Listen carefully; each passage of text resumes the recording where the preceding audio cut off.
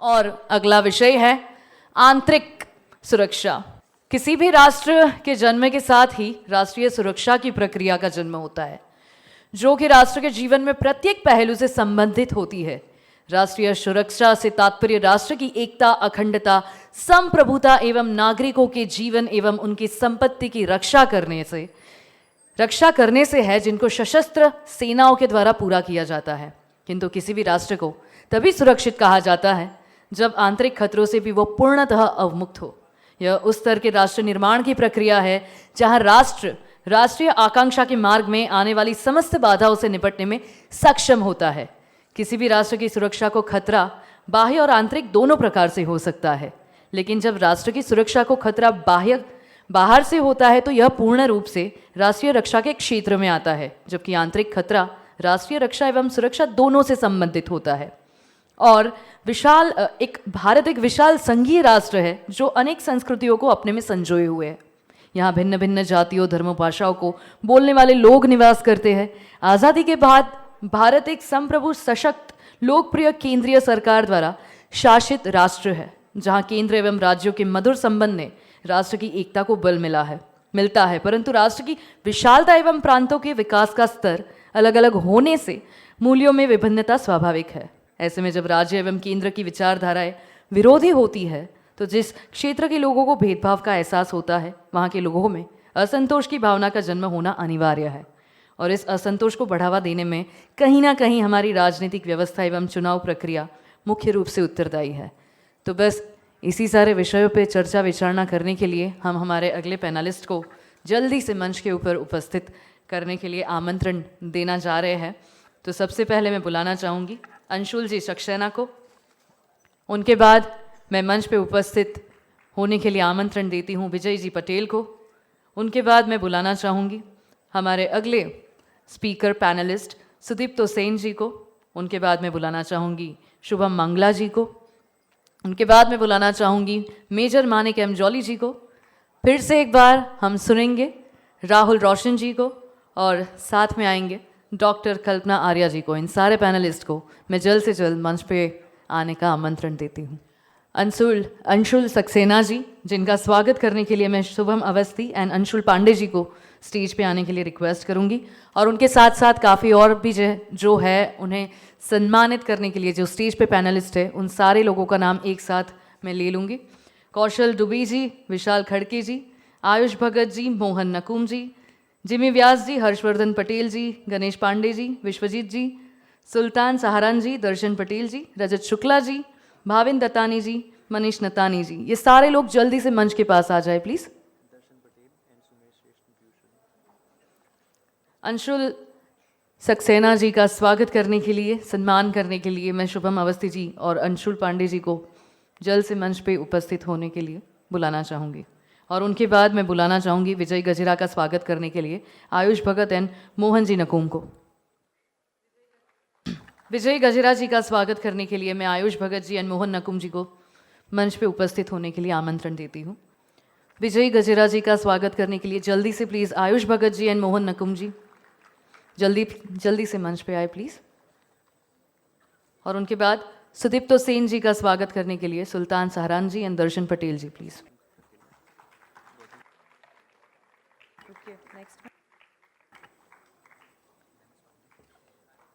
Major Manik M Jolly ji के लिए Jimmy Vyas and Harshvardhan Patel को मैं मंच पर उपस्थित होने के लिए आमंत्रित देती हूँ।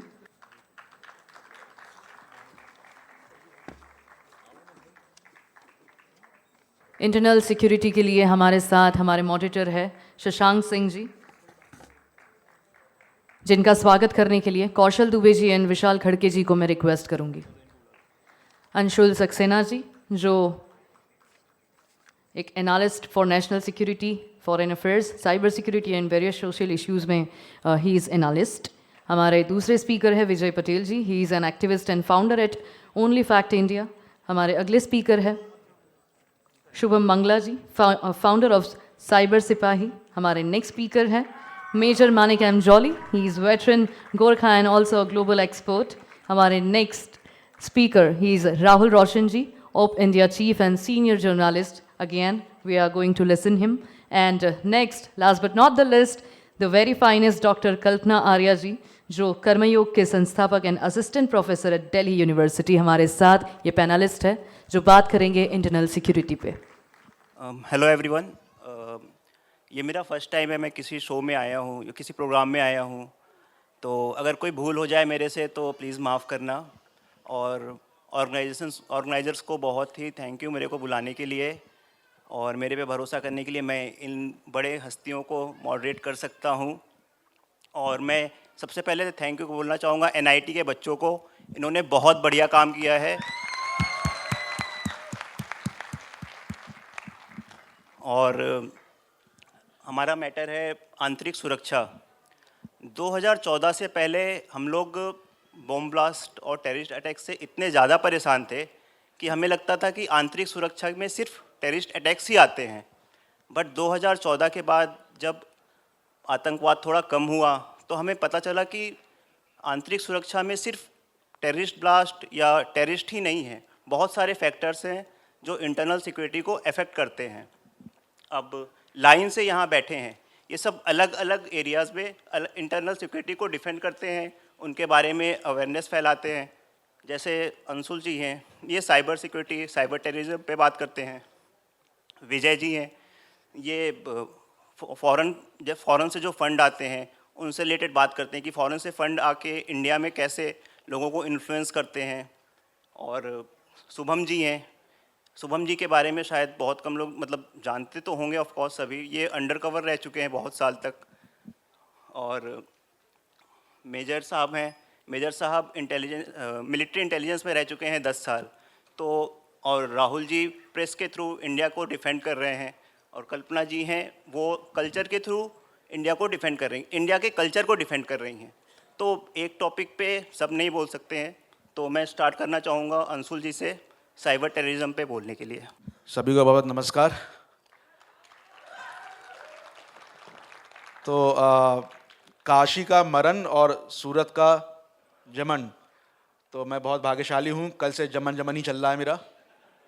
और जितनी भी सूरत की जितनी भी या गुजरात की जितनी भी डिशेस थी, मैं कल से सब कुछ मतलब जमन हो चुका है, तो बहुत भाग्यशाली फील कर रहा हूँ मैं अब।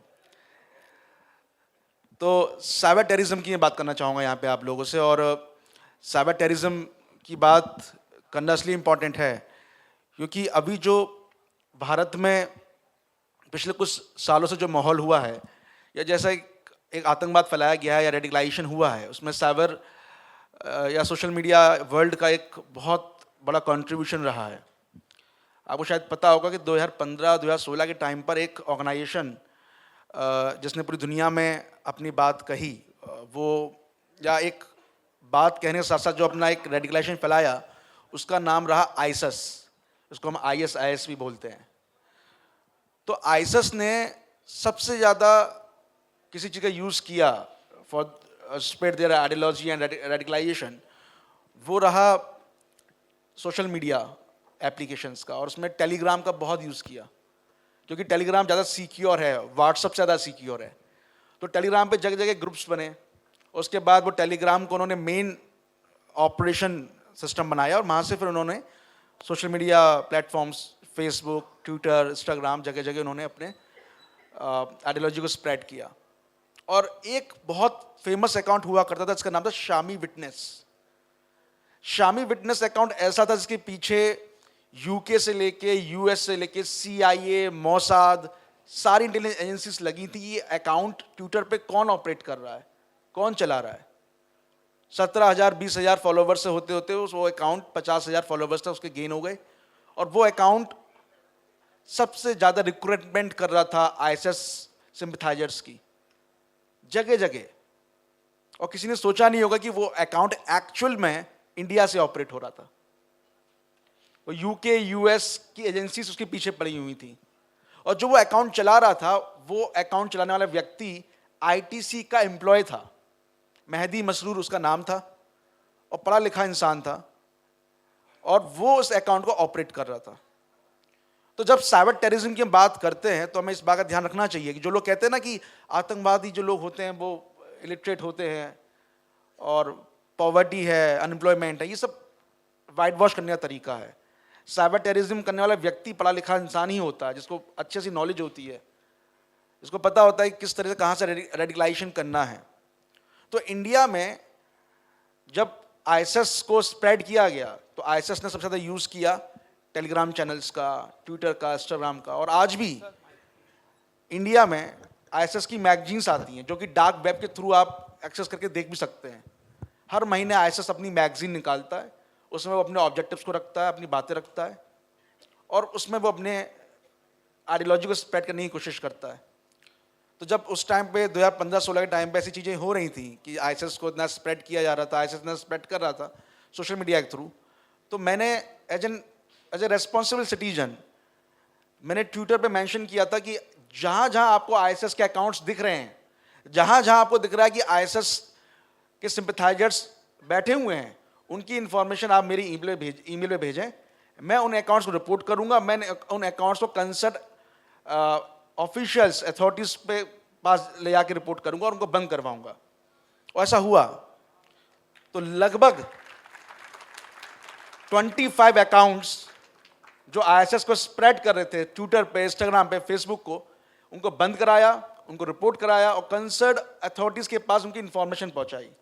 तो हम सब लोग साइबर टेररिज्म से लड़ने के लिए इतना तो कर ही सकते हैं कि एक अवेयरनेस लेके चलें। आपको कोई अकाउंट दिख रहा है जो आतंकवाद को फैला रहा है, आपको कोई अकाउंट दिख रहा है जो ऐसी आइडियोलॉजी स्प्रेड कर रहा है जो आपके ही देश के खिलाफ है, तो उसकी जानकारी आप ईमेल द्वारा एनआईए को या और भी बहुत से कंसर्न अथॉरिटीज़ हैं, आपके स्टेट की एटीएस है, एटीएस गुजरात तो बहुत फेमस भी है, तो इन सभी ऐसे कंसर्न ऑफिशियल्स को आप दे सकते हैं। और उससे क्या होता है कि आपको अपनी कोई पहचान नहीं देनी होती, आप एक जानकारी सही देंगे तो तुरंत एक्शन भी हो जाता है। तो साइबर टेररिज्म को लड़ने के लिए सरकार के साथ साथ हम नागरिक को भी एक अवेयरनेस की ज़रूरत है, हमको भी खुद से स्टेप्स लेने की ज़रूरत है। और मुझे लगता है कि साइबर टेररिज्म, क्योंकि आने वाला टाइम ऐसा है कि साइबर अटैक से लेकर साइबर टेररिज्म सारे लड़ाई अब कंप्यूटर सिस्टम पे ही हो रही है, तो उसके लिए हम लोगों को भी ज़्यादा अवेयरनेस की ज़रूरत है, अपने साथ साथ और लोगों को अवेयर करने की ज़रूरत है, और हम लोग साथ में मिलकर इस साइबर टेररिज्म के खिलाफ एक साथ होकर लड़ सकते हैं। Thank you.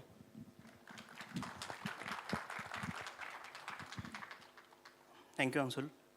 कल्पना जी, मैं आपसे बोलना चाहूँगा कि आप बताएं किस तरह से LGBTQ और स्यूडो फेमिनिज्म हमारे देश के इंटरनल सिक्योरिटी को हर्ट कर सकता है। हाँ बिल्कुल। सबसे पहले तो मैं आप सबका धन्यवाद करना चाहूँगी, गुजरात में भी विशेष सूरत वालों का, कि आप लोगों ने ये सुंदर अपॉर्चुनिटी हम सबको दी है और ये मिलती रहेगी, ऐसा अपेक्षा ही नहीं है, ये हम पूरे हक के साथ कह सकते हैं, क्योंकि शिवाजी महाराज ने भी सूरत में 2 बार पदार्पण अच्छे से किया था तो तभी जाकर के हिंदवी स्वराज बना था। तो देखिए, सबसे बड़ी बात यह है कि हमें फेमिनिज्म मतलब बालिका को एक आज़ादी चाहिए, नारी को आज़ाद कर दो। एक बहुत हमारे पूरे देश में बहुत बड़े स्तर पर ये चल रहा है, इसके पीछे हमें बहुत सारी चीज़ें समझनी पड़ेंगी। सबसे पहला तो ये है कि पहले हमारे देश में जो आक्रमण हुआ करते थे वो थे कि लोग घोड़े पे चल के आ रहे, तलवार लेकर के आ रहे हैं और यहाँ मारा काटा, जितने हमने पैदा किए थे उनको सबको मार दिया, जो महिलाएं थी वो जल के मर गईं, तो सब जौहर कर गईं। वो एक अलग के जनसंख्या समाप्त कर दो, यहाँ सब समाप्त कर दो, एक वो तरीका था। एक कुछ लोग आए, व्यापार करने के लिए आए और उन्होंने अपने कुछ क्रॉस व्रॉस लगाया, लोगों को कुछ गेहूँ दे रहे हैं आजकल, कुछ धान दे रहे हैं, कुछ पैसा दे देते हैं, तो लोग कुछ वो बोलने लग जाते हैं कि बोले हमारी आस्था अब यहाँ नहीं है, हमारी आस्था कहीं वेटिकन सिटी की तरफ हो गई है। एक तीसरे तरह के लोग जो यहाँ पर भारत में आए हैं, इंटेंशन सबकी एक ही है कि भारत के ऊपर कब्जा करना है। इंटेंशन सबकी, पहले वाले की भी यही है कि भारत पर कब्जा करना है, दूसरे वाले की भी भारत को कब्जा करना है, और तीसरा वाला जो है ना, इसको भी भारत पर कब्जा ही करना है। अब क्या है कि डेमोक्रेसी है, इंटरनेट का ज़माना आ गया है, युद्ध के तरीके बदल गए हैं। अब डायरेक्ट युद्ध नहीं लड़ सकते, डायरेक्ट आपके बच्चों को काट नहीं सकते, तो अब क्या करेंगे? अब करेंगे कि आपके घर में बच्चे पैदा ही नहीं होने देंगे। उसके लिए क्या करेंगे? आपका जो मेन स्तंभ है, हमारे यहाँ पर जैसे शरीर में नाभि होती है ना, वैसे हमारे पूरे समाज की नाभि महिला है। परिवार की नाभि महिला है, राष्ट्र की नाभि महिला है, उस नाभि को डिस्टर्ब कर दो। अब उस नाभि को कैसे डिस्टर्ब किया, बोले बेटा तू आज़ाद हो जा। अब बालिकाएं जा रही हैं, बड़ी बड़ी यूनिवर्सिटी में पढ़ रही हैं, वो कह रही है हम आज़ादी चाहते हैं, आज़ादी चाहते हैं। भाई आज़ाद तो हो। अच्छा, आजकल ऐसा भी नहीं रहा है कि कोई माता पिता अपनी बेटी ना पढ़ाता हो, बेटी पढ़ा भी रहा है। आजकल मुझे लगता है कोई ऐसा मतलब अब सामान्य रूप से कहीं बहुत ज़्यादा दूर दराज कोई गांव की बात छोड़ दें तो सामान्य रूप से आजकल बेटा बेटी में कोई भेद नहीं हो रहा है। लेकिन फिर भी बालिका को आज़ाद कराने के लिए, बालिका को और ज़्यादा अधिकार देने के लिए, ठीक है, जिसको हम कहते हैं कि जो होना चाहिए वो होना चाहिए, शिक्षा मिलनी चाहिए, उसको भी अधिकार मिलने चाहिए, लेकिन उसके अधिकार के चक्कर में हो ये रहा है कि अब उसके लिए ज़्यादा आवाज़ें उठाई जा रही हैं। उसको किस चीज़ से आज़ादी चाहिए, बोले मुझे मेरे परिवार से आज़ादी चाहिए। परिवार से आज़ाद होना किस लिए, बोले माता पिता बहुत रोकते टोकते हैं, मुझे इन सब से आज़ादी चाहिए। ठीक है, माता पिता से भी आज़ादी, बोले तू बालिग हो जा, 18 साल के बाद तू किसके साथ घूम रही है, तेरे को कोई पूछने वाला नहीं अब। ठीक है, उससे पहले अगर तुम्हें लिव इन में रहना है तो लिव इन में चले जाओ, कोई दिक्कत नहीं है। और क्या कर दिया, बोले और ज़्यादा आज़ाद हो जाओ, ये सामाजिक बंधनों से आज़ाद हो जाओ। अब सामाजिक बंधन क्या है, सबसे पहला हमें जो दिखाई देता है वैवाहिक बंधन है। तो इस विवाह बंधन से आज़ाद हो जाओ। तो वो बोले कहाँ जाएं, बोले या तो किसी के साथ लिव इन में रहने लग जाओ या फिर किसी बालिका को ही खोज लो, उसी के साथ रहने लग जाओ। तो लिव इन में रहेगी, लिव इन में रहेगी तो अभी आपने देखा होगा लिव इन के लिए, सेम सेक्स मैरिज के लिए इतने ज़बरदस्त आंदोलन, उनके ऊपर डिबेट्स, क्योंकि जितनी ज़्यादा डिबेट्स चलेंगी उतना ज़्यादा उसका प्रचार होगा। चाहे आप नकारात्मकता में ही बोलिए, चाहे उसको मना करने के लिए, पर प्रचार तो हो रहा है। वो प्रचार ऐसे होता है, बच्चे के मन में कैसे डाउट्स डाले जाते हैं। ये छोटा सा उदाहरण देती हूँ। अगर अभी मैं आपको कहने लग जाऊँ, आप आंख बंद करके थोड़ा सा ध्यान कीजिएगा, ठीक है, और ध्यान आपकी भ्रिकुटी पर होना चाहिए, और आप भ्रिकुटी पर ध्यान रखते हुए बिल्कुल नाचती हुई उर्फी जावेद को तो बिल्कुल ध्यान में नहीं लाना, तो क्या होगा भ्रिकुटी पर जाएगा ही नहीं, आपका वहीं जाएगा। तो उसके बाद यही बात हो गई है। आपको क्या कहा गया है, ये साइकोलॉजी में कंसेप्ट आता है, आप पढ़ के जो पढ़ते हैं ना वो समझते हैं, वो गैस लाइटिंग का आता है। वो एक लाइटिंग कर दी है, एक लाइटर जला दिया है, अब आप लिए घूमिए। तो हमारा युवक भी अब उसको लिए घूम रहा है, हमारी युवती अब उसको लिए घूम रही है, मैं आज़ाद हूँ। मैं अब आप देखेंगे जितनी पढ़ी लिखी युवतियाँ हैं, पहली बात तो वो विवाह से दूर हो रही हैं, विवाह नहीं करना चाहती। दूसरा, अगर वो विवाह कर भी लेती हैं तो वो गृहस्थ में अकेले रहना चाहती हैं, गृहस्थ का दायित्व नहीं लेना चाहती। दूसरा, अगर वो गृहस्थ का दायित्व ले भी रही हैं तो वो संतति उत्पन्न नहीं कर रही है। आज हमारा जो मतलब हिंदुओं की, विशेष रूप से जो सनातनी परिवार हैं, उनका अगर आप संतान देखेंगे तो गुजरात का रेशियो है कि एक दंपत्ति के पास 2 संतान नहीं है, 1.9, मतलब अगर एक जोड़ा है तो उसके पास 1.9 बच्चा है। अब ये रेशियो हमारे पास इस समय आ रहा है, जबकि इसमें ग्रामीण लोग ज़्यादा सहयोग कर रहे हैं। लेकिन यहाँ पे क्या हुआ, अब मारने की आवश्यकता नहीं पड़ी किसी को भी, किसी आपके बेटे को, बच्चे को मारने की आवश्यकता पड़ी नहीं, उसने घर खाली कर दिया आपका।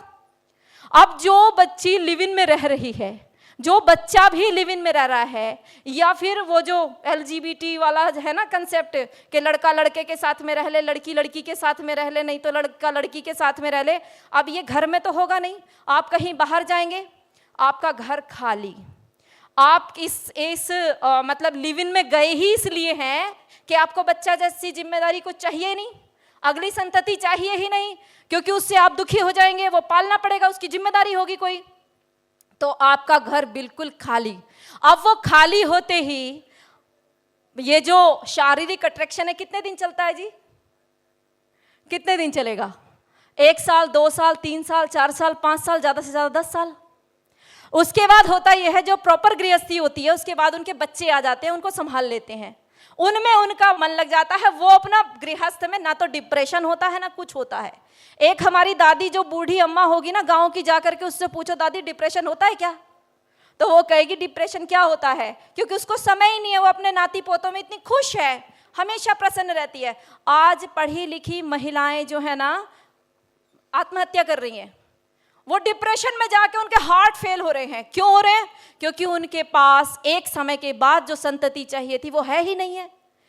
दो नहीं है तो घर खाली, घर खाली हुआ तो वो पीढ़ी खत्म, उस पीढ़ी के खत्म होते ही वो घर किसका हो गया? घर हो गया एक राज्य की संपत्ति। जब वो राज्य की संपत्ति हो जाता है, बस जिन लोगों ने हमारे घर खाली करवाने थे उनको यही तो चाहिए था, आपकी संपत्ति सरकारी हो जाए, आप भी सरकार के गुलाम हो जाएं, क्योंकि आपके जब हाथ पैर नहीं चलेंगे तो आप कहेंगे सरकार ये सुविधा नहीं दे रही है, आपके बच्चे तो है नहीं जो आपको ले जाएंगे, आपकी सेवा करेंगे, आपको ये सुविधा नहीं मिल रही है। हमारे भारत देश में, ये दुनिया के देशों में ये हो गया है, हॉस्पिटल नहीं बन रहे हैं, यहाँ की एम्बुलेंस काम नहीं करती है, बस उसके बाद केवल आप चिल्लाना चीखना, इसके अलावा कुछ नहीं कर सकते। और इनडायरेक्टली उन लोगों ने आपका पीछे दरवाजे से घर खाली करके उस पर कब्जा कर लिया है। मतलब देश का वो भूभाग जहां पर अब बच्चे कम पैदा हो रहे हैं, इस चक्कर में कि हम तो पढ़े लिखे हैं, हम बहुत अच्छी जॉब करने वाले लोग हैं, तो उस वजह से आज हम लोग समाप्त हो रहे हैं। और इसका दुष्परिणाम हो सकता है, अभी हम बहुत चौड़े होकर के घूमे कि हम सबसे युवा आबादी वाला देश है, आगे आने वाला समय जो है बहुत भयंकर है। मैं बता रही हूँ आपको, सेना में आप कुछ दिनों बाद देख नहीं पाएंगे कौन बच्चे जाएंगे और किन के हाथ में देश होगा, ये आप लोग सब जानते ही हैं। तो इसलिए मैं ये कहना चाहती हूँ, ये जो ताकतें हैं, ये एक ताकत है, इसको भी वैसा ही समझिए जैसे और साम्राज्यवादी ताकतें थी, ये भी हमारे देश के लिए साम्राज्य छीनने वाली ताकत है। और ये डायरेक्ट नहीं बोल रही है कि मैं आपका गला काट करके लूंगा, ये इनडायरेक्टली आपके मन में एक लाइटर जलाया है, आपके मन में एक चिंगारी जलाई है। और एक तो वो क्यू वाला जो मामला है ना, वो और ज्यादा भयंकर हो गया है।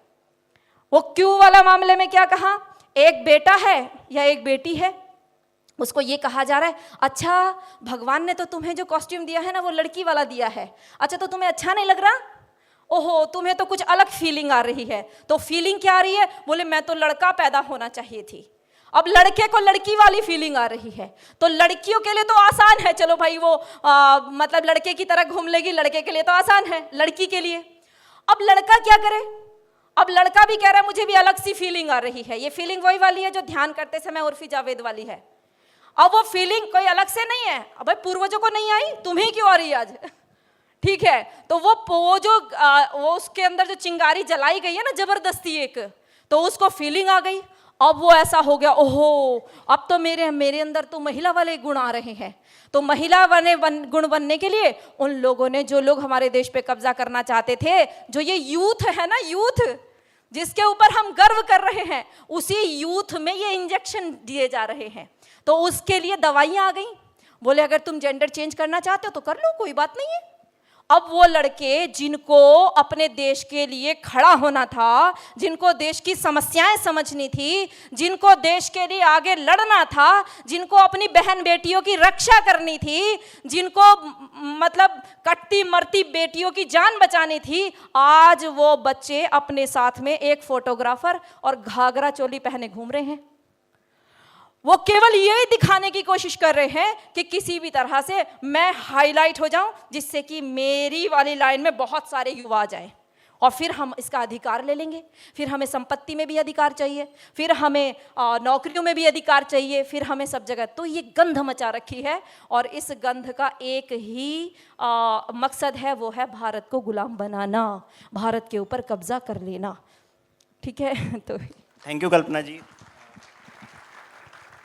विजय जी, आपसे पूछना चाहूँगा, जो फॉरेन से फंड्स आते हैं हमारे एनजीओज में जाते हैं, अब वो एनजीओ या तो इन्वायरमेंट के लिए काम कर रहे हों, या एग्रीकल्चर के लिए काम कर रहे हों, या फिर मीडिया के लिए वो काम कर रहे हों, या फिर और भी तरह के एनजीओज जैसे मिशनरीज़ के लिए वो काम कर रहे हों, तो उनको कैसे रोका जा सकता है? क्योंकि ये पूरा लीगल वे में आता है, आप इनको रोक नहीं सकते हो, तो इसके लिए कुछ देश कर सकता है? तो जो सब्जेक्ट है वो काफ़ी सीरियस है। जो आपने पूछा ना कि तो सबसे पहले तो आपको पता होना चाहिए कि आपका दुश्मन कौन है, यहाँ पे हम किससे लड़ मोहरे हैं। आज एक दो सेशन पहले भी बात हुई, जिन लोगों की जो फैक्ट चेकर बन के घूम रहे हैं वो सारे मोहरे हैं। एक जाएगा दूसरा आएगा। उनको फंड कौन कर रहा है, उनको सपोर्ट कौन कर रहा है, उनको ट्रेनिंग कौन दे रहा है, जब वो किसी केस में फंसते हैं तो उसको लीगल प्रोटेक्शन कौन दे रहा है। ये सारी चीज़ें आप जब देखेंगे ना, क्योंकि ये देखने वाले बहुत कम लोग हैं, या तो ये सुनना नहीं चाहते, क्योंकि मोहरे इतने इंटरेस्टिंग है, हमको मज़ा आता है उनको ट्रोल करने में या उनको जवाब देने में। वो भी ज़रूरी है, ऐसा नहीं है कि वो नहीं कर सकते, बट अगर आपको ये बंद करवाना है तो आपको पता होना चाहिए कि रियल एनिमी कौन है। मैं आज इस मंच से एक बहुत बड़ी चीज़ बोलना चाहता हूँ। हम 1947 में आज़ाद हुए ऐसा हमको लग रहा है, बट इन रियलिटी वो ट्रांसफ़र ऑफ पावर था। अंग्रेज़ यहाँ से चले गए, बट उनके जो दोस्त थे जो ईस्ट इंडिया कंपनी के साथ बिजनेस करते थे, वो उनको पावर देके उनके थ्रू हमारे ऊपर जो है वो पूरा अभी भी वो इकोनॉमिकली हो, मतलब फाइनेंशियली हो, बाकी जो भी हो सेक्टर, उनके थ्रू हमारे ऊपर अभी भी वो राज कर रहे हैं। तो उनका जो गिरोह है, मैं आपको एग्जांपल देता हूँ, जुबेर हम बोलते हैं, उसको फंड कौन करता है? इन्फोसिस 10 लाख देता है। IPS में करके ग्रुप बना है जो बेंगलोर का ग्रुप है, फार्मा और IT सेक्टर है जो बिल गेट्स के साथ जुड़ा हुआ है, वो आई थिंक 4 या 5 करोड़ अभी तक दे चुका है।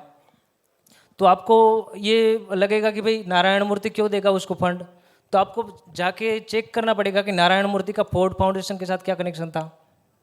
तो भाई वो तो ट्रस्टी रह चुके हैं 2008 से 5 साल के लिए।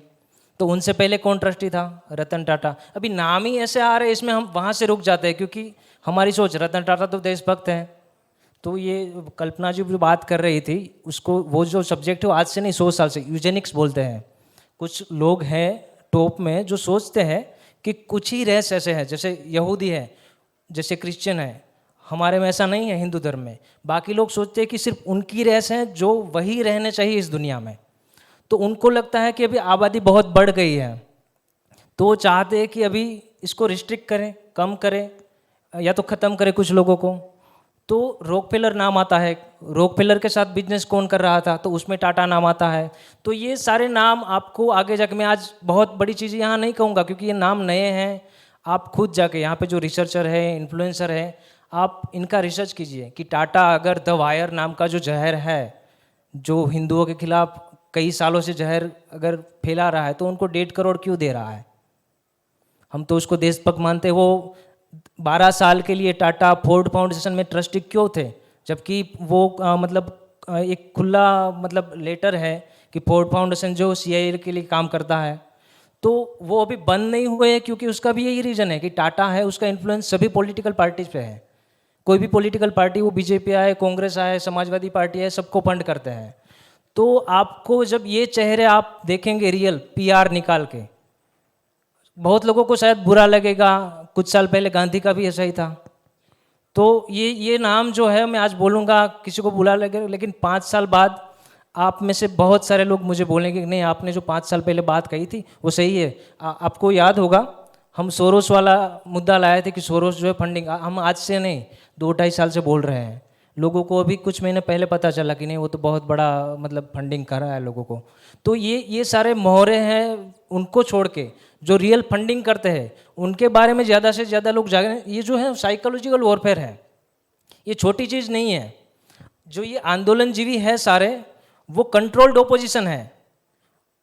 मान लो कि हम गुजराती, हमको पता है अगर एक शादी भी करवानी हो, 500 लोगों का कुछ खाना पीना भी करवाना हो, तो हम लोग 1 वीक पहले से पूरा आयोजन करते हैं, क्या कैसे करेंगे, किसको रखेंगे।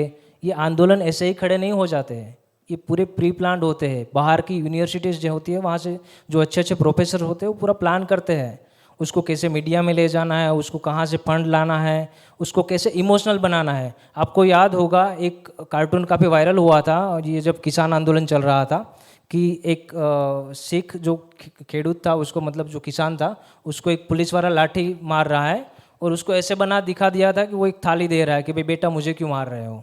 तो ये इमोशनल वेज होते हैं, कार्टूनिस्ट का कैसे यूज़ करना है, मीडिया का कैसे यूज़ करना है। तो ये पूरा प्री प्लान्ड होता है, थिंक टैंक्स होती है। हम लोग पीछे इसलिए पढ़ रहे हैं, हमारी कोई थिंक टैंक्स नहीं है, ना ही हम इनको समझते हैं कि ये कौन लोग हैं, कैसे कर रहे हैं, क्यों फंड कर रहे हैं। एक लेवल पे जाके हम बोल दे, अरे नहीं ये तो टाटा है इसलिए फंड कर रहा होगा, क्यों उसको ब्लैकमेल कर रहे होंगे लेफ्ट वाले। बट हमको देखना पड़ेगा कि वो रॉकफेलर के साथ तो बिजनेसमैन है, वो ईस्ट इंडिया कंपनी के साथ तो भाई अफीम बेचते थे। बहुत लोगों को नहीं पता होगा। किसको पता है कि टाटा का जो पहला बिजनेस था वो ड्रग्स का था? है, पिछले कुछ महीने पहले मैंने यहाँ पे सूरत में ही एक पूरा 1.5 घंटे का एक प्रेजेंटेशन दिया था, उसमें जो लोग थे उसको पता है।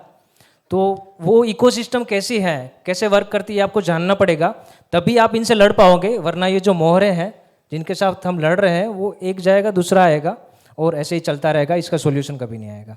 बट इसमें इलीगल तो कुछ भी नहीं है ना? इलीगल इस वे में नहीं है कि पूरा सिस्टम ही उन लोगों ने कैप्चर किया हुआ है। रॉकफेलर, फोर्ड अगर है वो इन लोगों को फंड कर रहा है, तो गवर्नमेंट की जो हमारी मिनिस्ट्री है उनके साथ भी पॉलिसी बनाने में काम कर रहे हैं। जो थिंक टैंक हमारी गवर्नमेंट की पॉलिसी बनाती है उनको भी वो फंड कर रहे हैं। तो वो साइकोलॉजिकल पूरी गेम है कि आपको एक तरह से वो गवर्नमेंट भी चला रहे हैं, एक तरह से वो पूरा ओपोजिशन है उसको भी कंट्रोल कर रहे हैं। आपको एक जगह पे ऐसे फंसा के रखेंगे, दूसरे बीच में से उनकी जो उनको चाहिए ऐसी उनके बिजनेस के, मान लो कि आजकल लोगों को अभी पता चल रहा है कि पेस्टिसाइड वाला खाना बहुत बुरा है।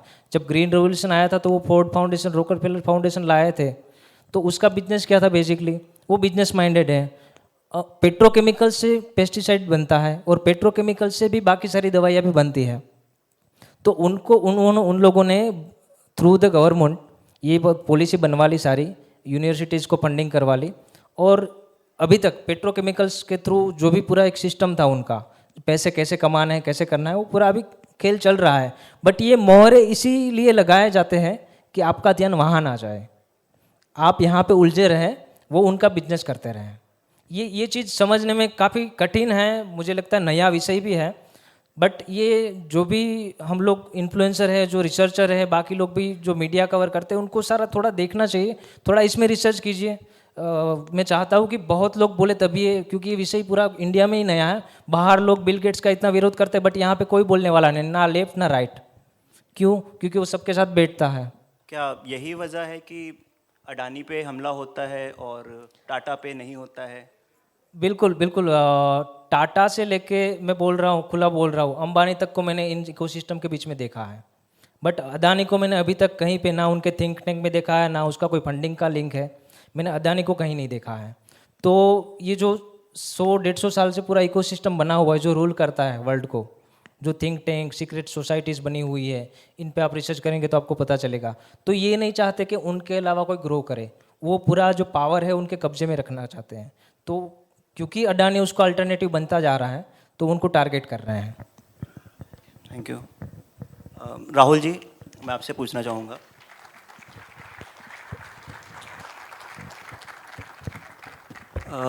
क्या अगर मीडिया चाहती तो क्या फार्मर प्रोटेस्ट को वो रोक सकती थी? अगर मीडिया चाहती तो क्या वो एंटी-सीए प्रोटेस्ट को रोक सकती थी, सच्चाई सामने लाके?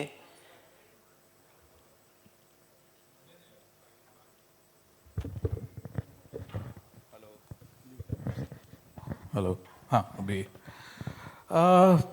मतलब मुझे नहीं लगता, क्योंकि चाहती तो रोक सकती थी, क्योंकि जैसा विजय ने कहा कि ये सारे प्रोटेस्ट काफ़ी मेटिकुलसली प्लान्ड होते हैं, तो उसमें मीडिया मैनेजमेंट पार्ट था। तो एक तो मीडिया चाहती, मीडिया कोई एक वो तो है नहीं, एक ऑर्गेनाइजेशन तो है नहीं, कई सारे मीडिया हाउसेज हैं, कई सारे लोग हैं, कई सारे टॉकिंग हेड्स हैं, तो सबके सब चाहते तब तो शायद हो सकता था कुछ की लोगों को सच्चाई पता चलती। लेकिन मीडिया एक मोनोलिथ तो टर्म है नहीं। ये हम कह सकते हैं कि हाँ, काश वो इन सब चीज़ों का सच दिखाते, जो कि उन्होंने बिल्कुल नहीं दिखाया।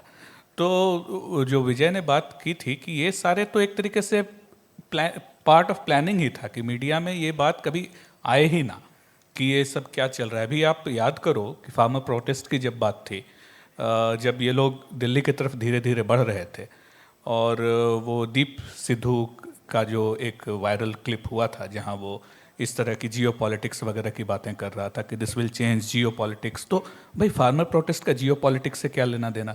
तो तुम्हारे जैसे लोग उस बात को लेकर चढ़ गए कि ये क्या बोल रहा है। उसके बाद उसके जब हिस्ट्री को डिग किया गया तो पता चला कि ये तो काफ़ी सारे प्रो भिंडरा वाले, प्रो खालिस्तान स्टेटमेंट दे चुका है। तो उसको हमने खासकर जो मेरी वेबसाइट है ऑप इंडिया पे डाला। सोशल मीडिया पे हम लोगों ने काफ़ी उसके जो पुराने प्रो खालिस्तान चीज़ें थी उसको हाईलाइट किया। एक बंदा नहीं था मीडिया में जिसने उस बात को पकड़ा।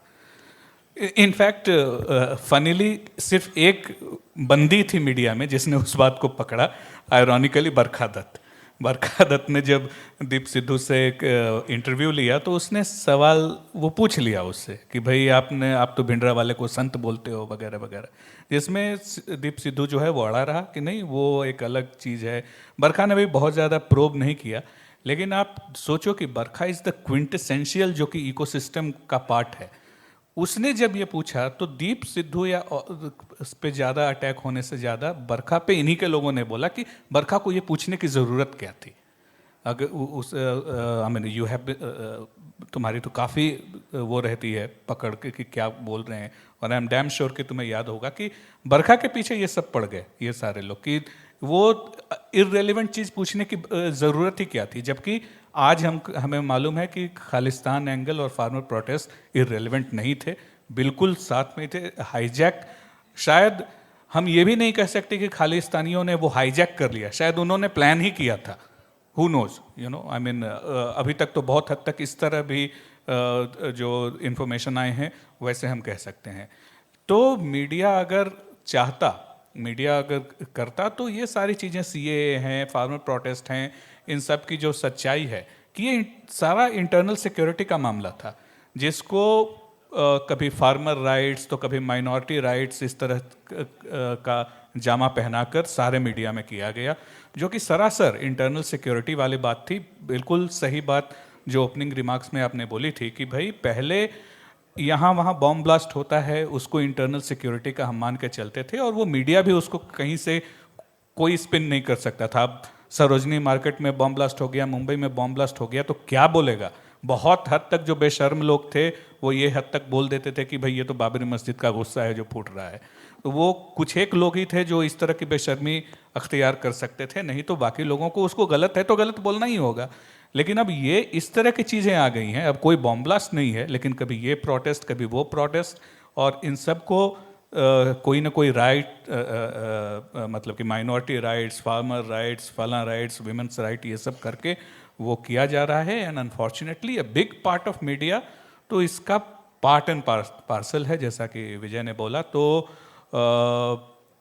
मतलब इन शॉर्ट ख़त्म तो हो सकती थी ये सारी चीज़ें अगर मीडिया सच बताता, लेकिन मीडिया सच क्यों बताता जब मीडिया ही ये इंटरनल सिक्योरिटी का एक तरीके से अनफॉर्चुनेटली एक बड़ा सेक्शन ऑफ मीडिया जो है वो इसका हिस्सा हो गया है, एक तरीके से रोग हो चुका है। उन्हें समझ में नहीं आता या वो जानबूझ के इस चीज़ का वो कर रहे हैं कि उन्हें भी पता है लेकिन फिर भी उस चीज़ पे वो मिट्टी डाल रहे हैं। जब राहुल गांधी कहते हैं कि भैया एक बारूद है, देश बारूद पे बैठा हुआ है और एक चिंगारी की ज़रूरत है, वो इससे ज़्यादा ब्लेटेंट क्या हो सकता है। और मीडिया फिर भी नहीं समझ पा रही और फिर भी उस चीज़ को, एक एंकर ने कहा भी था कि हम ब्लास्ट पे मतलब हम वल्चर्स हैं। राइट, उन्होंने कहा कि हम तो वल्चर्स हैं। तो एक्चुअली हाँ, वो भी एक तरीका है कि शायद उन्हें मालूम है, एक तरीका वो भी है कि ज़रूरी नहीं है कि सब बिके हों, सब मिले हुए हों। केजरीवाल जी जैसा हम क्यों बोलें कि सब मिले हुए हैं जी, लेकिन वल्चर होने का आनंद आ रहा है उनको कि होने दो ये प्रोटेस्ट, होने दो वो प्रोटेस्ट, हमें क्या है, हमें तो बढ़िया फुटेज मिलेगा, बढ़िया TRP मिलेगी, हमारे अंदर का वल्चर जो है वो और ऊंचा उठेगा। तो ये त्रासदी है इस देश की कि ये सारे जो इंटरनल सिक्योरिटी मैटर्स जो अब निकल के आ रहे हैं उसको मीडिया चाहे तो दिखा सकती है, उसका सच लोगों के सामने ला सकती है, लेकिन बहुत बड़ा धड़ा जो है मीडिया का वो नहीं ला रहा है। Thank you Raju. शुभम जी, आप लश्कर के आदमी के साथ रूम पार्टनर रह चुके हैं, तो आप इस्लामिक टेररिज्म को जो पहले था और जो इस्लामिक टेररिज्म अब रह गया है, इन दोनों में आपको क्या अंतर लगता है? थोड़ा इसके बारे में डिटेल में बताइए। जी, डिटेल में बिल्कुल बता सकता हूँ, लेकिन पहले गन्स मिल जाते थे, बम्स मिल जाते थे, अब सिर्फ पत्थर मिलते हैं। नहीं, अभी भी मिलते हैं, अब तो उससे बड़ा सामान मिलता है। देखने की बस बताता हूँ। बहुत बहुत धन्यवाद आपके सवाल के लिए। सबसे पहले सूरत की इस धरती को बहुत नमन करता हूँ, प्रणाम करता हूँ, आप सभी को नमन करता हूँ। समय की अपनी मर्यादाएं, ये ऐसा विषय है जिसमें मैं रात को 3 बजे नींद में बोल सकता हूँ, कितना भी बुलवा लो, क्योंकि यह नाखूनों में बसा हुआ है, बहुत काम किया है। थोड़ी तेज स्पीड में चलाऊंगा गाड़ी, समय को मैनेज कर रहे हैं। दोस्तों एक सवाल पूछता हूं, जितने लोग यहां पे बैठे हैं मुझे ये बताइएगा ईमानदारी से, आपके जो दाएं साइड बैठा है, आपके दाईं तरफ, राइट साइड, कितने लोग हैं जो अपने दाईं तरफ बैठे हुए व्यक्ति को जानते हैं पर्सनली? सिर्फ वो हाथ खड़े कीजिएगा। 25 हाथ है। ये इंटरनल सिक्योरिटी का विषय है। दिस इज ये सिक्योरिटी है। 50% से ऊपर लोग वो हैं जो इस हॉल में भी अपने बाजू के व्यक्ति को नहीं जानते। यहां से शुरू होती है वो कहानी। अगर मैं पूछूं आप अपने आगे वाले व्यक्ति को कितने जानते हैं, 5 हाथ रह जाएंगे मुश्किल से, नहीं जानते होंगे। बाएं वाले को कितने जानते हैं, 10 हाथ उठेंगे मुश्किल से। यानी कि हम कहीं ना कहीं चूक कर रहे हैं, और ये लाजमी है। ये तो चलो सभा है, नहीं होता कि नहीं जानेंगे भाई, मैं कहीं से आया, ये कहीं से आया, आप कहीं से आए, आप कहीं से आए, लेकिन हम अपने जीवन में भी आज अपने पड़ोसी को क्या जानते हैं? हमारा पड़ोसी क्या है, क्या करता है, क्या उसके घर में कितने लोग हैं, क्या हमारे पास में कोई राम के नाम से कोई बगदुल तो नहीं रह रहा? ये बहुत सारे ऐसे विषय हैं। मेरी ज़िंदगी में यही एक मोड़ आया था, लगभग जो आपने बोला कि अंडरकवर या लश्कर का आतंकवादी, तकरीबन 22 साल हो गए, 22 साल पहले की बात है। कल्पना कीजिए 22 साल पहले की आयु क्या होगी। और जब आप आराम से किसी एक रूम में रह रहे हैं, पेइंग गेस्ट में, पीजी में रह रहे हैं, मेरी एजुकेशन का टाइम था, तो 2-3 लोग थे, हम एक कमरे में सोया करते थे, एक बड़ा बिस्तर था, उसी पे सो जाते थे। तो अपराध को पता भी नहीं जप्पी किस पे डल गई, पैर किस पे चढ़ गया। कुछ दिनों बाद पता चलता है जिस पे जप्पी जो पैर जा रहा है वो तो लश्कर का आतंकवादी है। अभी नींद आनी बंद हो गई रात को। एक आम व्यक्ति को उसके बाद कैसे नींद आएगी जब ये पता चलेगा कि जिसके साथ तू रात को सो रहा है बिस्तर पे, वो लश्कर का आतंकवादी है। बस यहाँ से कहानी ने कुछ मोड़ लिया, और सिर्फ कहानी नहीं, पूरी जिंदगी बदल गई। उसके बाद की कुछ बातें हैं, क्योंकि शब्द ऐसा है, अंडरकवर बोला तो वो कारपेट के नीचे रहे ज़्यादा बेहतर है, लेकिन अनुभव से कुछ ये बातें आपको बताऊंगा। जिहाद का जो स्वरूप 1400 साल पहले था, आज भी वही है। जो लक्ष्य 1400 साल पहले तय हुआ था, वो लक्ष्य आज भी वही है। तरीके बदलते रहे हैं, मंजिल नहीं बदली है। वेपन्स की बात की, पहले आपने कहा कि हथियार मिलते थे, बम बंदूकें मिलती थी, अब पत्थर मिल रही हैं। अभी तो बहुत बड़े बड़े सामान हैं, लेकिन आज शोभा यात्राओं पे पत्थर जा रहे हैं। इस देश में हमारी शोभा यात्राओं पे ऐसे पत्थर नहीं उछले। आज आप देखिए सूरत में, गुजरात में अभी इंडिया पाकिस्तान का मैच किस तारीख को था दोस्तों? शायद 10 को था, पिछले हफ्ते ही था, संडे, फिर 11 को शिफ्ट हो गया था। शायद सूरत की घटना है। यहाँ पे एक व्यक्ति ने पटाखे बजाए, उसकी पिटाई की गई, उसको रात को 11 बजे मारा गया। ये सारी चीजें वो हैं कि ये कौन है जो देश को तोड़ना चाहते हैं, हम सबको मालूम है, लेकिन ये हमारे बीच में इस तरह से रमे बसे हैं, हम इनको पहचान नहीं पाते। जिहाद के स्वरूप क्या है? अगर मैं आपसे पूछूं जिहाद, कौन सा जिहाद आप लोग जानते हैं? लव जिहाद सबसे पहले यही आएगा। दूसरा बोले तो लैंड जिहाद आएगा। तीसरा बोले तो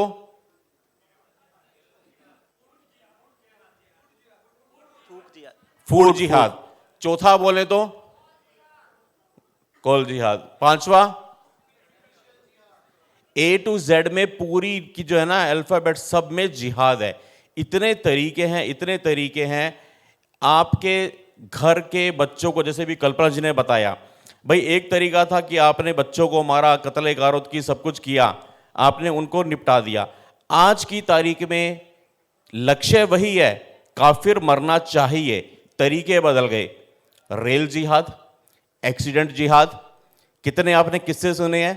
हमारे श्रद्धालु अमरनाथ जी की यात्रा पे गए, बस पलट गई, खाई में गिर गई, कुछ दिनों बाद पता चलता है ड्राइवर कौन था। रेल की पटरियों में आपको पता पड़ता है क्या हुआ। ये सारे वो तरीके हैं कि किसी ना किसी तरह काफिर की जनसंख्या को देश में से कम किया जाए। इसके लिए आम व्यक्ति क्या कर सकता है? आम व्यक्ति को विजिलेंट होने की आवश्यकता है। हम लोग इतने सतर्क रहें, हम चलते फिरते सीसीटीवी कैमरा बन जाए, हम लोग अपने आंख नाक कान खुले रखें, हर चीज को देखने के नजरिए को इतना पैना कर ले, हर चीज हमें इशारा देती है। आज हम यहां पे आए इस कार्यक्रम के लिए, बहुत सारे लोगों ने रील्स बनाई होंगी, बहुत सारे लोगों ने छोटे छोटे वीडियो बनाए होंगे।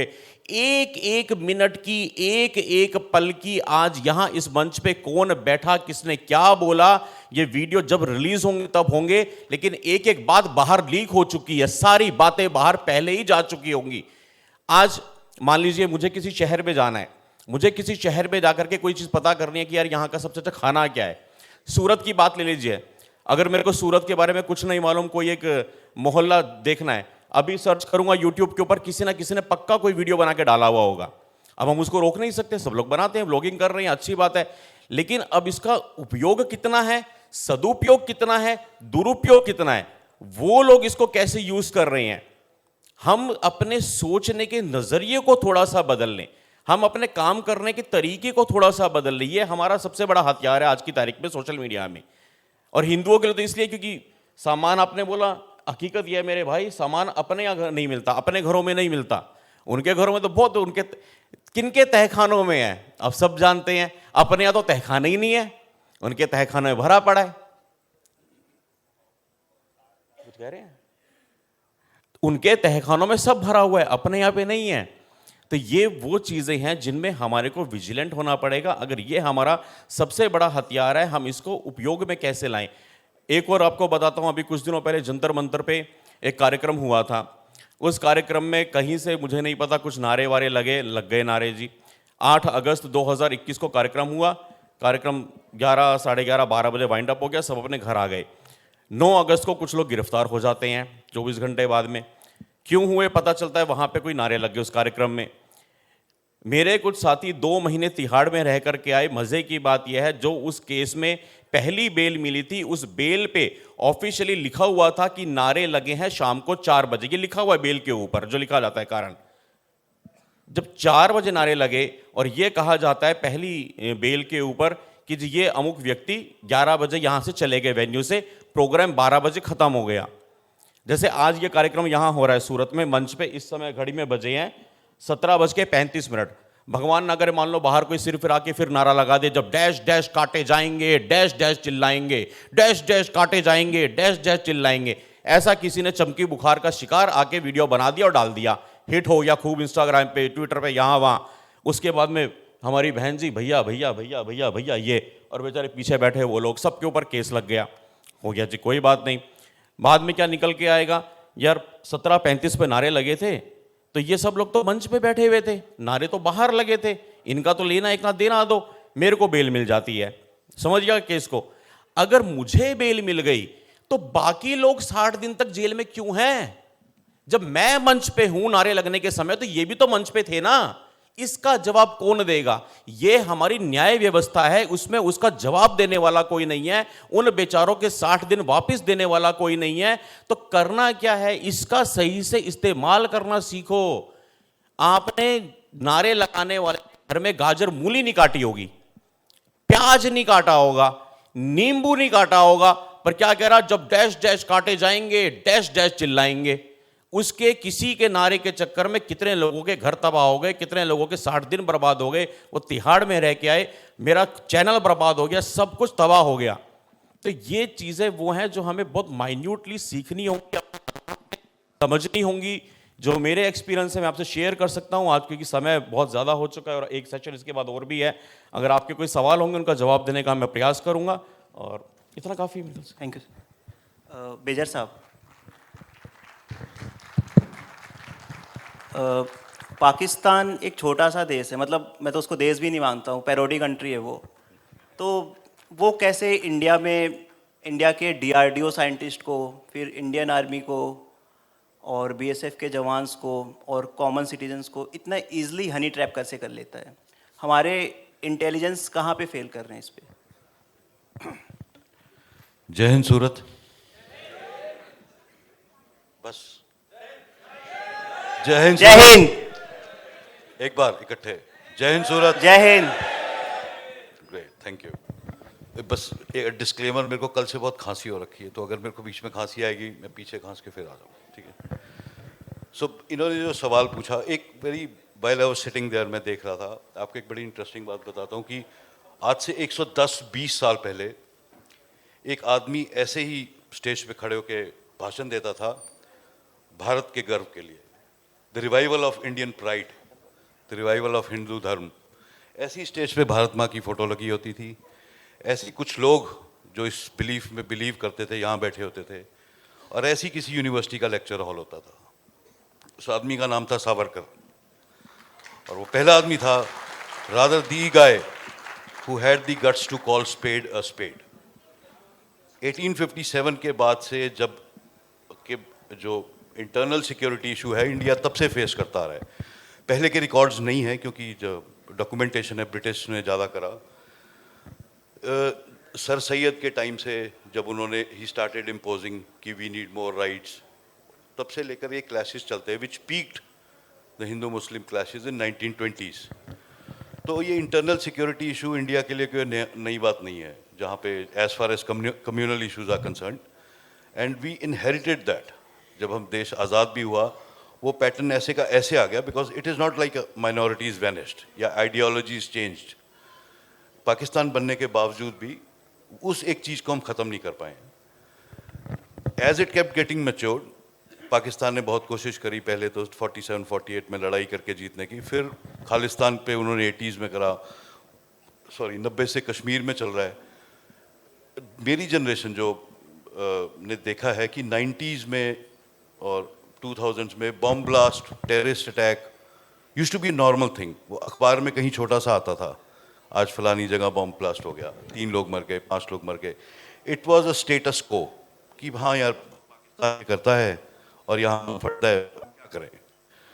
लेकिन नॉट दैट टाइम सही, कई बार वो टचवुड वाली बात होती है, things should never happen again.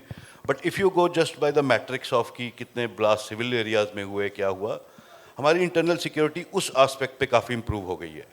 और उसके कारण 2 ही हैं। एक, we have created a sort of deterrence. Deterrence क्या होता है कि आप पहले ही किसी को इतना डरा के रखो कि अगर अगला ब्लास्ट हुआ तो सर्जिकल स्ट्राइक होगी। और उन्हें पता है कि ये अभी गुजरात का शेर है, 71 में 2 टुकड़े करे थे, इस बार 6 कर देगा, ठीक है। तो सबको पता है कि he is not the prime minister that Pakistan wants to mess with. तो ये एक काफ़ी सॉलिड डेटरेंस है। इंटरनल सिक्योरिटी के कुछ स्टेप्स होते हैं। पहले आप प्रॉब्लम आइडेंटिफाई करते हो कि प्रॉब्लम है क्या, जैसे इस केस में बोल रहे हैं honey trap is the problem. दूसरा स्टेप होता है आप आइडेंटिफाई करते हो क्या मेरे पास टूल्स हैं, लेट्स से एक सेकंड बॉम्ब ब्लास्ट से डील करने के लिए, क्या हमारे पास टेक्नोलॉजी है, क्या हमारे पास टीम्स हैं। तीसरा स्टेप होता है आप देखते हो क्या हमारे पास पॉलिटिकल विल है। जैसे from decades we had political, ऐसा नहीं हमारी आर्मी गायब हो गई थी, आर्मी थी, पुलिस थी, NIA था, CBI, IB, agencies, ITBP, everybody. But did we have the political will? No, we did not. अगर आप सेपरेटिस्ट के साथ ही मिलके उनको पैम्पर कर रहे हो, उनको सपोर्ट कर रहे हो, तो कैसे आप उनको रोक पाओगे कि और टेररिस्ट कश्मीर में ना बुलाओ। तो हमारी पॉलिटिकल विल लैकिंग थी। फिर जब पॉलिटिकल विल आती है, क्या हमें ऑपरेशन करना आता है, तो वो मतलब हमारी पॉलिटिकल विल ही नहीं थी, तो ऑपरेशन तो बाद में आता है। But next step is you figure out operation ये करूँगा कैसे। आपने ऑपरेशन कर लिया, उसके बाद एक बहुत क्रिटिकल पार्ट आता है, क्या मैं बैकलैश सह सकता हूँ। ये सब करने के बाद क्या मैं वो गवर्नमेंट हूँ, क्या मैं वो कंट्री हूँ जो बैकलैश सह सकता हूँ। जैसे 84 में वी हैड सोर्सेज, जब खालिस्तान इशू था और इंदिरा गांधी ने गोल्डन टेम्पल पर अटैक कर दिया, the government acted very immature. उन्होंने वो बड़ा पेड़ गिरा और ऐसा कुछ बोला था, राइट, रिमेंबर, या तो या so and they unleashed people on 6 genocide happen, right.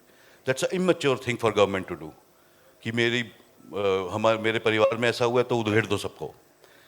तो hence a mature government also has to understand कि अगर मैं ये करूँगा या सरकार करेगी, इसके बाद जो होगा क्या मैं वो हैंडल कर सकता हूँ। और लास्ट स्टेप है कि ये चीज़ दोबारा ना हो, इसके लिए मैं क्या स्टेप्स लूँ। ये पूरा साइकिल है IAS का। कोई भी मतलब it's a standard pattern template, आप कोई भी प्रॉब्लम रहे। अभी ये हनी ट्रैप की बात कर रहे थे।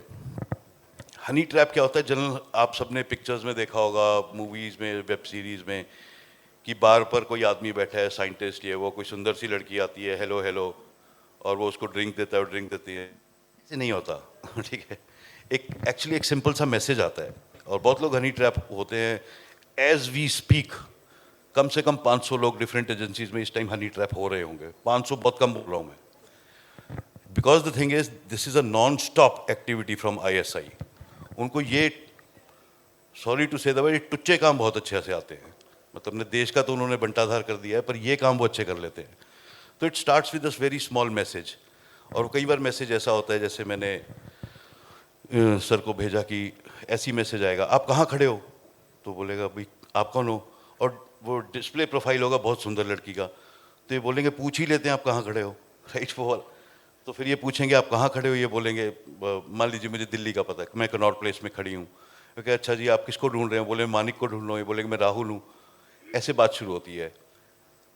इस प्रोसेस को से लेकर सीक्रेट इन्फॉर्मेशन शेयर में कई बार 2-2, 3-3, 5-5 साल लग जाते हैं। We have done that because I also worked in MI। It's a very long process, क्योंकि ऐसा मैं हेलो बोल रही हूँ और आपको फोटो भेज रही हूँ, मेरे को अग्नि मिसाइल की फोटो भेज देना, ऐसा नहीं हो। तो इट्स अ वेरी कंसिस्टेंट, और बहुत पेशेंस से लोग काम करते हैं, बहुत। और जो आइडेंटिफिकेशन ऑफ, हैं जी, सॉरी व्हाट, या आई टोटली बिलीव वो ऐसा इनोसेंट, वो लप्पू सा मैंने नहीं बोला है, I am just narrating, right. But the point is that these people are very smart. They identify, the target identification होता है, वो भी बहुत, उसमें काफ़ी टाइम दिया जाता है। यहाँ पे 6 लोग बैठे हैं, 7 लोग बैठे हैं 15 मिनट, 2 मिनट और लूँगा, ठीक है। तो what they will do is they'll go through your profile, whatever is available on social media. They'll research a lot. They look for weak points. Middle-aged men are the weak points actually always. क्योंकि वो एक मतलब हर चीज़ का graph होता है life में, aspirations का, expectations का, looking for Joy, looking for happiness, ये सब, दिस ऑल। तो intelligence is all a very less of James bond work, but a lot of paper work. It's a lot of analysis, it's a lot of, मतलब रात रात तक 10-10 मतलब हजार pages के ट्रांसक्रिप्ट पढ़ते रहना, looking for gaps. So that's how they identify कि राहुल है वो आदमी जो मेरी मेरे मैसेज का जवाब देगा, ठीक है। And hence that is how it starts, and it always takes one step for you to falter. किसी भी गवर्नमेंट एजेंसी के अफसर को और किसी जवान, किसी को भी जो कार्यरत हैं, इवन रिटायर्ड हैं, आपको सिर्फ एक स्टेप गलत लेना होता है और उसके बाद आप ट्रैप में आ जाते हो। कैसे कि कोई मेरे से पूछे मेरी यूनिट कहाँ है, मान लीजिए वो अम्बाला में है, right. According to official secret act 1923 में ये भी नहीं बता सकता, चाहे वो गूगल पे मिल जाए। लेकिन मेरे से पूछा, मैंने इनोसेंटली बता दिया कि हाँ वो तो अम्बाला में है। That is when they will start a very subtle blackmailing. अब ये बता दिया यार, और भी बता दे, और बता दे। तो चाहे वो ब्लैकमेल से हो, चाहे वो कोअर्जन से हो, चाहे वो सेक्सुअल एंगल से हो, चाहे वो फाइनेंशियल से हो, जिन लोगों के डेट होते हैं, जिन लोगों के बहुत बड़े बड़े उधार होते हैं, they are one of the biggest targets. कई लोगों को जुए की आदत होती है, कईयों को ऑनलाइन गेमिंग पे लोगों के 50-50 लाख के उधार पता लगे, right. They are the biggest targets. So honey trap is not a easy thing to achieve also, because people are conscious, they know. थोड़ी देर में समझ आ जाता है क्या हो रहा है, सबको अपना पता है मेरी शक्ल कैसी है। तो अगर ये मेरे को फोटो भेज रही है, मेरे मतलब it is not a attraction thing. तो after a while you come to know, but sometimes people walk so ahead it is impossible to come back. So that's how it is. But continuous trainings happen in armed forces, in agencies, continuously चलता रहता है, लोगों को नई नई technique से। आजकल एक चलता है गोल्ड ट्रेडिंग से बात शुरू करते हैं वो, कि मेरा नाम ये है, मैं आपको गोल्ड कॉइन ऑफर कर रही हूँ 70 रुपये में, 100 रुपये, what ever the rate is, ठीक है। तो when you start with that gold trading thing, और धीरे धीरे फिर रात को मैसेज कर रहे हो, फिर you get into a little romantic angle. उससे पहले था एक कैब ड्राइवर, ये लड़कियां बोलती थी मैं अपने कैब ड्राइवर की वेट कर रही हूँ। तो आप कहते थे मैं तो कैब ड्राइवर नहीं हूँ, पर वो इतनी सुंदर होती थी, आप बोलते थे, कई लोग बोलते मैं आ जाता हूँ लेने। तो so lot of people get trapped like this, they keep trying, things keep getting innovated, things keep changing. It is one of a very very very one of the oldest trick in the book in intelligence community. पर हम भी अक्लमंद हैं, इतनी जल्दी तो भारतीय सेना ऐसे नहीं फंसती। तो thank you so much. Thank you sir. अच्छा अंशुल जी, मैं आपसे पूछना चाहूँगा, अचानक से सोशल मीडिया में लास्ट 2 साल से, मतलब फार्मर प्रोटेस्ट से लेके खालिस्तान का प्रोपोगंडा इतना ज़्यादा कैसे बढ़ गया?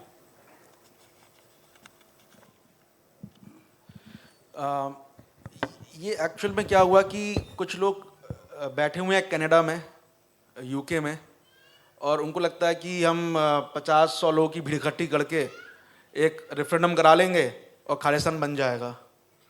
और सोशल मीडिया पे क्या किया इन लोगों ने कि जब फार्मर प्रोटेस्ट हो रहा था, तो जैसे कि अभी राहुल जी भी बता रहे थे कि उस टाइम पे कैसे खालिस्तानी से एक्टिव हो गए, मियाँ खलीफा भी एक्टिव हो गई थी, खैर सॉरी खालिस्तान पे आते हैं। तो उस टाइम पे क्या हुआ कि एक टूल किट जगह जगह स्प्रेड की गई, और वो काम किया एक पोइटिक जस्टिस फाउंडेशन ने, पोइटिक जस्टिस फाउंडेशन। और इस फाउंडेशन के जो मालिक हैं उनका नाम है धालीवाल, कनाडा में रहते हैं, एमओ धालीवाल। और वो जो है वो खालिस्तान मूवमेंट को काफ़ी ज़्यादा कनाडा में चला रहे हैं। और उन्होंने एक टूल किट क्रिएट की, और वो टूल किट रिहाना को, ग्रेटा को और मियाँ खलीफा को जगह जगह जो भी सेलिब्स थे उन सबको दी गई। और गलती से ग्रेटा से वो टूल किट ही लीक हो गई। अब हम लोगों को मालूम पड़ गया कि पूरा गेम क्या चल रहा है।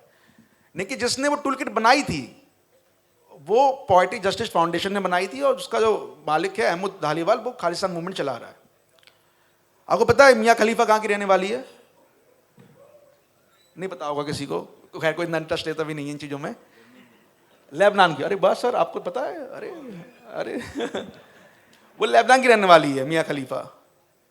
अगस्त में लेबनान में एक बहुत बड़ा प्रोटेस्ट हुआ, फार्मर प्रोटेस्ट। वो क्यों हुआ? क्योंकि लेबनान में सीरिया का प्याज आ रहा था, स्मगल हुआ है पूरा, सीरिया से जितना भी ओनियन, जितना प्याज था सब आ रहा था। तो लेबनान के फार्मर्स होते प्रोटेस्ट कर रहे थे कि यार हमारा जो मार्केट है वो पूरा स्मगल्ड सीरिया से जो प्याज आ रहा है उससे पूरा भर गया है, हम बहुत सफ़र कर रहे हैं। लेकिन इस प्रोटेस्ट पे कोई भी ट्वीट नहीं आया मियाँ खलीफा का, जहाँ की वो रहने वाली हैं लेबनान से। तो इन्होंने जगह जगह चीज़ें करी, और इन्हें लगा कि सोशल मीडिया पे भी हम अपना नैरेटिव चलाएंगे और खालिस्तान की डिमांड करेंगे। लेकिन मैं आपको सही बता रहा हूँ, खालिस्तान को भारत में क्या, कनाडा के बाहर भी कोई नहीं पूछता है। कुछ लोग सपने देखते हैं, मैं भी सपना देखता हूँ कभी कभी कि मैं भी अपना एक अलग देश बना लूँगा, तो सपने देखने की बुराई नहीं है।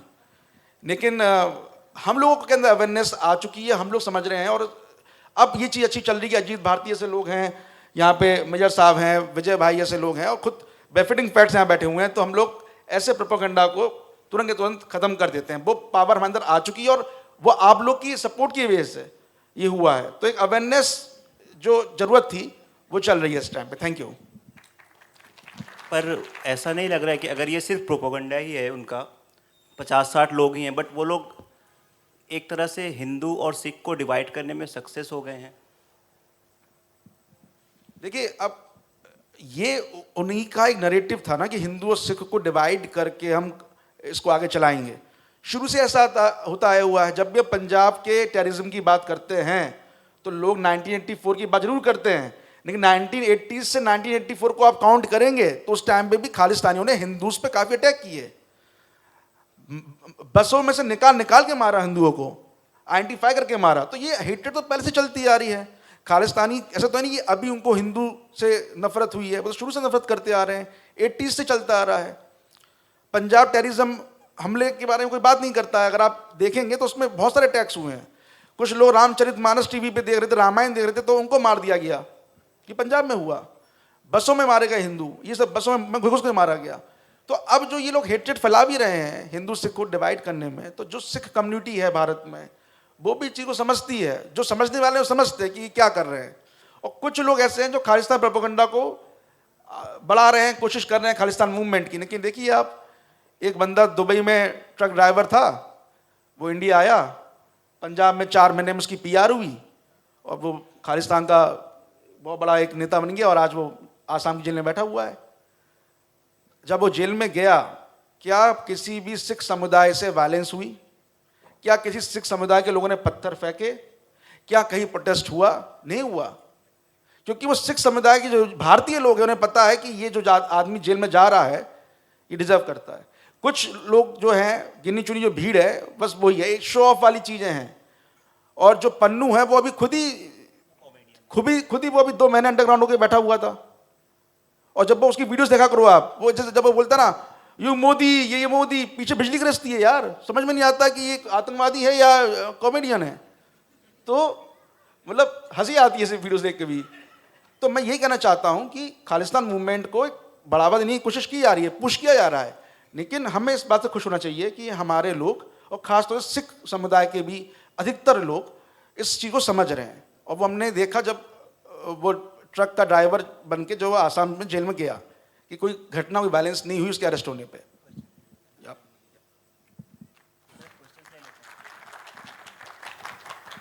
आप में से अगर किसी को कुछ पूछना है, माइक दीजिए।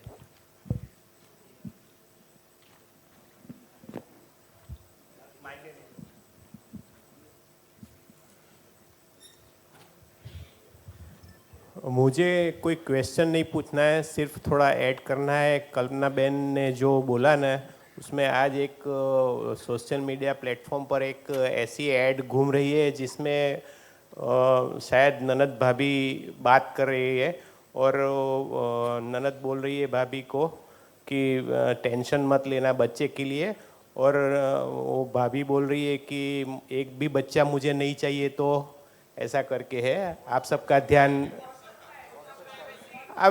everybody knows, I am just drawing attention of those who don't know। ये बहुत गलत चीज़ हो रही है हमको लगता है, लेकिन अभी व्हाट्सएप का जो अल्टरनेटिव है उसको अपनाना चाहिए, ऐसा मैं मानता हूँ। Thank you. यहाँ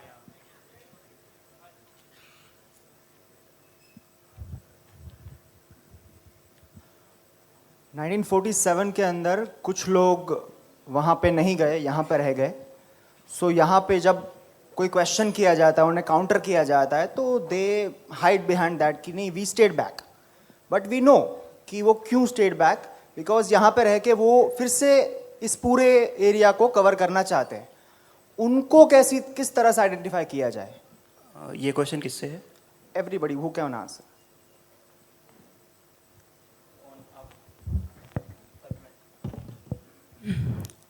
हेलो। पाकिस्तान कोई देश नहीं है। पाकिस्तान एक आर्मी बेस है पूरे भारत को इस्लामिक राष्ट्र बनाने के लिए। इसलिए अगर हम उसको देश समझ करके कुछ बात ऐसा कह रहे हैं, तो जो लोग फ्रंट पे लड़ना चाहते थे वो पाकिस्तान चले गए, जो बैक में लड़ना चाहते थे वो यहीं रह गए।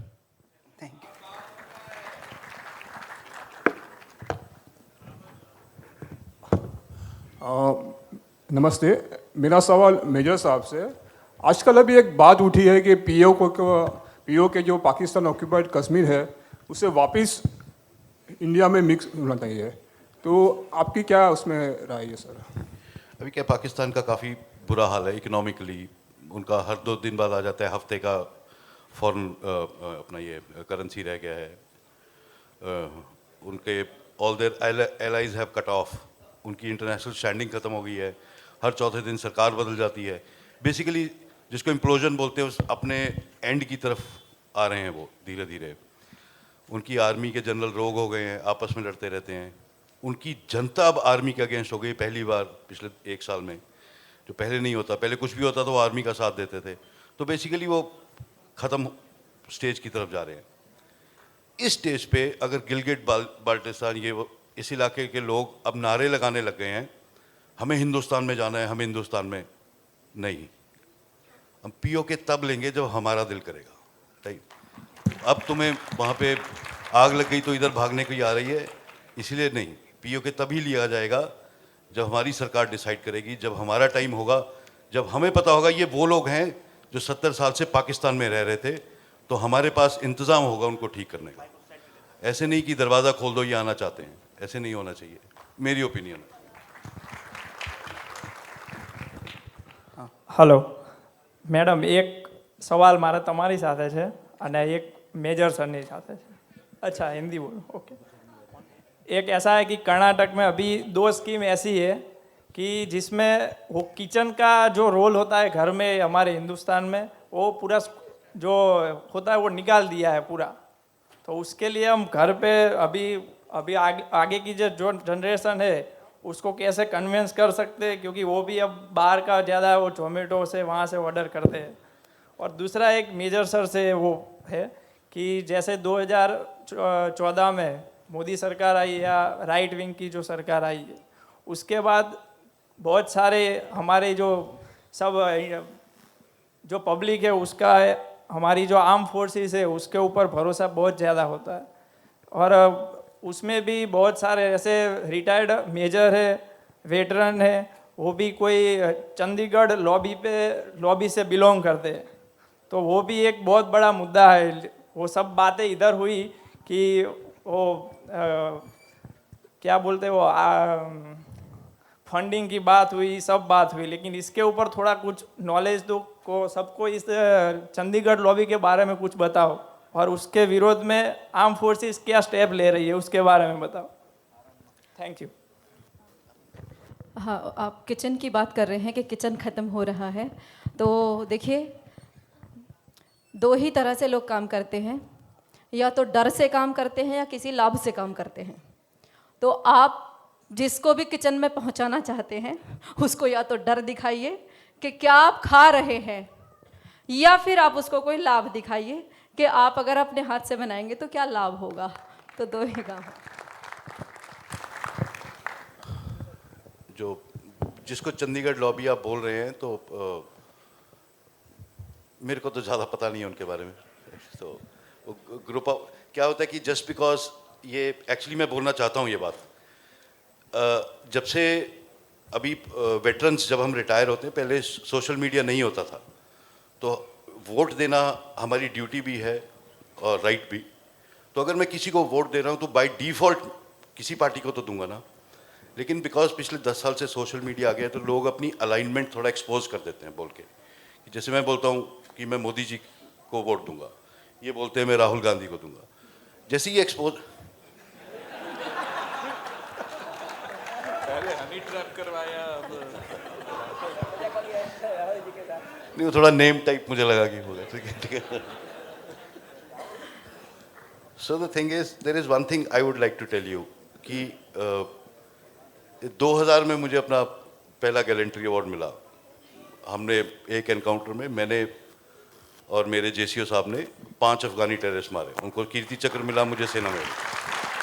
लेकिन जो हमारे कमांडर थे रिटायर होके वो आज चंडीगढ़ में रहते हैं और लोग उनको चंडीगढ़ लॉबी बोलते हैं। उसी तरह वो लोग मुझे गाली देते हैं, ये राइट विंगर है और ये वो है। लेकिन तो मैं आपको एक चीज़ बताना चाह रहा हूँ, इसको गारंटी से ले लो कि एक फौजी किसी भी तरफ होगा लेकिन वो देश का गलत नहीं होने देगा, वो वोट कहीं भी दे देगा। तो आप उनको जब लोग गाली देते हैं तो मेरे को भी अच्छा नहीं लगता कि जो लोग मुझे भी बोलते हैं, मैं ट्विटर पे अगर कुछ लिखता हूँ कि ये चीज़ ठीक नहीं है, तो ये IT सेल वाले कांग्रेस के आके, तुम्हें किसने फौज में भर्ती कर दिया, तुम्हें अफसर किसने बना दिया, अच्छा हो गया तू रिटायर हो गया। तो नॉट दैट उसके कहने से मेरे को कोई फ़र्क पड़ता है, लेकिन बट द थिंग इज़ कि ये सोच कि जस्ट बिकॉज मैं आपसे पॉलिटिकली अलाइन नहीं कर रहा इसका मतलब मैं एंटी नेशनल हो गया। वो जो मैंने 40 साल नौकरी करी है उन जनरल्स ने, तो उनमें कुछ हैं जिनके वेस्टेड इंटरेस्ट हैं, किसी कंपनी के लिए काम कर रहे होंगे, ये कर रहे होंगे, बट ओवरऑल मेरी आपसे रिक्वेस्ट है, जैसे मैं कभी भी किसी जो लोग, अब एक फाइनल वो है कि मैं जो मेरे से बड़ा होता है मैं उससे कभी बहस नहीं करता उम्र में, ये मेरे माँ बाप ने सिखाया। इतनी सी बात ये आप भी रखें सोशल मीडिया पे फौजीज की तरफ तो अच्छा रहेगा। हेलो, जय हिंद साहब। मेरा सवाल शुभम मंगला जी से है। हमारे आजू बाजू जो भी जॉन्डिस रहते हैं, जॉम्बिस मानी ये कटमुल्ले, तो हम इसको एक्सपंज कर दीजिए। हाँ, सबको पता चल गया, सब बेहतर जानते हैं। तो उन सबको हम पहचान कैसे, थोड़ी बहुत तो हम पहचान में आ जाते हैं, लेकिन पूरी तरीके से एकदम अंदर से डीपली जो हम माहिती इन्फॉर्मेशन निकालनी है तो कैसे हम निकालें? ये बहुत अच्छा सवाल है आपका।